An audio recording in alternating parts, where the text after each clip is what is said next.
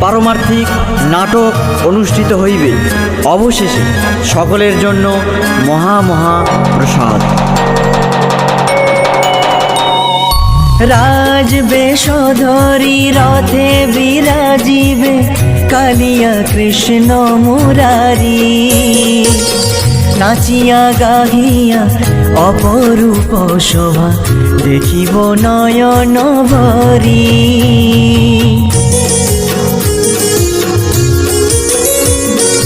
রাজবেশ ধরি রথে বিরাজিবে কালিয়া কৃষ্ণ মুরারি, নাচিয়া গাহিয়া অপরূপ শোভা দেখিব নয়ন ভরি। আজি রথযাত্রা আজি মহোৎসব, বিশেষ আকর্ষণ শ্রী শ্রী জগন্নাথ দেবের